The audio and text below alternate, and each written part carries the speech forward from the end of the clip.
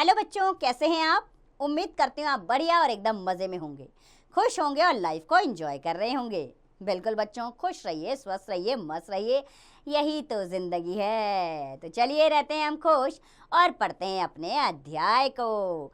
तो हम पढ़ने वाले हैं कारक यानी कि केस के बारे में। तो आइए बच्चों, सामने चित्र हैं, उन्हीं के माध्यम से कारक की शुरुआत करते हैं। पहले चित्र में राम ने रावण को बाण से मारा, और दूसरे चित्र में बच्चों शिवम अमन के लिए बाजार से किताब लाया। तो बच्चों यहाँ दो वाक्य लिखे गए हैं। पहले वाक्य में ने, को, से, और दूसरे वाक्य में के लिए, से आदि कुछ शब्द आए हैं। देखिए यहाँ पर आया है ने, को, से, और यहाँ पर आया है के लिए और से, आए नहीं शब्द। तो इन्होंने क्या किया है, और इन्होंने शब्द के रूप को बदल दिया है। जैसे राम ने, बाण, बाण से, रावण, रावण को, शिवम, अमन के लिए। तो ये कारक चिन्ह है। ने, को, से, के लिए आदि ये सारे क्या हैं, कारक चिन्ह हैं। ये कारक चिन्ह ही शब्द को इस योग्य बनाते हैं कि उनका वाक्य में सही प्रयोग हो सके तथा उनका एक निश्चित अर्थ प्रकट हो सके। यदि हम इनका प्रयोग ना करें तो वाक्य कैसे बनेगा, वाक्य नहीं बन पाएगा, क्योंकि जब तक हम सही कारक चिन्ह नहीं लगाएंगे। जैसे कि राम रावण बाण मारा, शिवम अमन बाजार किताब लाया। इस प्रकार वाक्य में आए शब्दों का एक दूसरे से कोई संबंध नहीं रह गया है और इन वाक्यों का कोई अर्थ भी नहीं निकलता। ने, को, से, के लिए आदि शब्दों ने वाक्य में आए अनेक शब्दों का क्रिया यानी कि मारा तथा लाएगा से संबंध जोड़ दिया है। जैसे कि राम ने रावण को बाण से मारा, शिवम अमन के लिए बाजार से लाया क्या, किताब।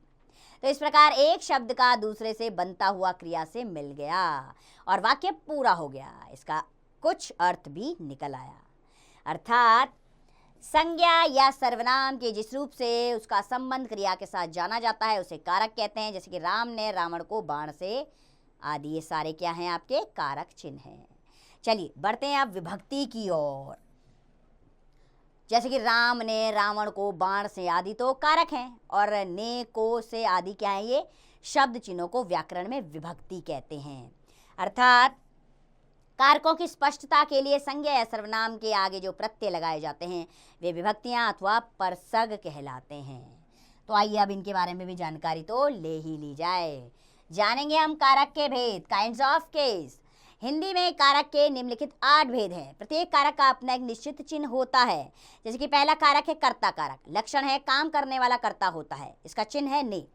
दूसरा कर्म कारक, अर्थात जिस पर क्रिया का फल पड़े वह कर्म होता है, इसका विभक्ति चिन्ह को है। तीसरा हो जाता है कर्ण कारक, अर्थात जिससे क्रिया की जाए वह करण होता है, विभक्ति चिन्ह है से, के, साथ और द्वारा। चौथा संप्रदान कारक, अर्थात जिसके लिए क्रिया की जाए या जिसे कुछ दिया जाए वह संप्रदान होता है, विभक्ति चिन्ह है को के लिए इसका। पांचवा होता है अपादान कारक, अर्थात जिससे अलग होना प्रकट हो वह अपादान होता है, इसका विभक्ति चिन्ह है से। छठा होता है संबंध कारक, अर्थात जिससे एक संज्ञा का दूसरी संज्ञा से संबंध प्रकट हो वह संबंध है, कारक है, और इसका विभक्ति चिन्ह है काके की। सातवां आ जाता है अधिकरण कारक, अर्थात जिससे संज्ञा का आधार प्रकट हो वह अधिकरण कारक है, इसका विभक्ति चिन्ह है में, पर, ऊपर। आठवां संबोधन कारक, अर्थात जिससे किसी को बुलाना प्रकट हो वह संबोधन कारक है, इसका विभक्ति चिन्ह है हे, रे, अरे, ओ। अब जानेंगे हम संज्ञा शब्दों की रूप रचना।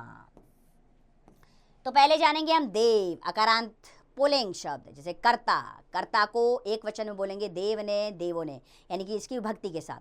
कर्म, देव को, देवों को। करण, देव से के द्वारा एक वचन, देवों से के द्वारा ये बहुवचन। संप्रदान, देव को के लिए एक वचन, देवों को देवों के लिए बहुवचन। इसी प्रकार अपादान कारक में एक वचन है देव से, बहुवचन देवों से बहुवचन आ गया। संबंध कारक में एक वचन देव का के की और बहुवचन देवों का के की। अधिकरण में एक वचन देव में पर ऊपर और बहुवचन में आएगा देवों में पर ऊपर। संबोधन में एक वचन हे देव और बहुवचन में हे देवों। तो चलिए अध्याय समाप्त हुआ, लेकिन एक बार अभ्यास कर लेते हैं, जान लेते हैं इस अध्याय में हमने क्या जाना। तो हमने अब तक सीखा बच्चों इसमें कि संज्ञा सर्वनाम के जिस रूप से उसका संबंध क्रिया के साथ जाना जाता है उसे कारक कहते हैं। कारक के होते हैं 8 भेद। कितने भेद होते हैं कारक के? 8 भेद होते हैं। आइए अब बढ़ते हैं अभ्यास प्रश्नों की ओर। तो खंड क के पहले प्रश्न पर आ रहे हैं विकल्प से संबंधित प्रश्न। सही विकल्प चुनना है इसमें। पहला वाक्य, कारक के भेद हैं 4, 5, 8, तो बिल्कुल सही विकल्प है 8। तो इस पर मैंने सही का निशान लगा दिया। अगला प्रश्न इसी प्रकार करेंगे आप सही विकल्प चुनकर। हम दूसरे प्रश्न पर आते हैं। बताइए, मौखिक उत्तर देना इसमें। बंदर छत से कूदा, इसमें कौन से कारक का प्रयोग हुआ है? बंदर छत से कूदा, अलग होने का भाव, तो अपादान कारक आएगा इसमें। ठीक है बच्चों, बाकी के प्रश्नों का उत्तर भी इसी प्रकार दीजिएगा आप स्वयं मौखिक रूप से। खंड क के पहले प्रश्न पर आ गए हम। शुद्ध विभक्ति चिन्ह लगाकर वाक्य पुनः लिखिए। इसमें विभक्ति चिन्ह लगाना है। मैं गाड़ी पर जाता हूँ, मैं गाड़ी पर जाता हूँ या मैं गाड़ी से जाता हूँ, पर की जगह क्या आ जाएगा? से आ जाएगा। तो ये लिखकर आप दोबारा से वाक्य पुनः लिखिएगा। बाकी के भी वाक्य इसी प्रकार करने हैं, सही विभक्ति चिन्ह लगाकर। दूसरे प्रश्न पर आ जाते हैं। यहाँ पर लिखित में उत्तर देना है प्रश्नों का। पहला प्रश्न, कारक की परिभाषा उदाहरण देकर स्पष्ट कीजिए। कारक शब्दों और वाक्यों का आपस में संबंध प्रकट करते हैं। ठीक है, उदाहरण के लिए राम ने रावण को मारा, इसमें ने और को जो है वो विभक्ति चिन्ह है, यानी कि कारक है। तो इस प्रकार बाकी के प्रश्नों को उत्तर भी आप लिखित रूप से दीजिएगा ताकि लेखन सुधर सके। उच्चारण पर विशेष ध्यान दीजिएगा बच्चों, ताकि आपका लेखन दुरुस्त हो सके। तो खुश रहिए, स्वस्थ रहिए, मस्त रहिए और अभ्यास कार्य करते रहिए।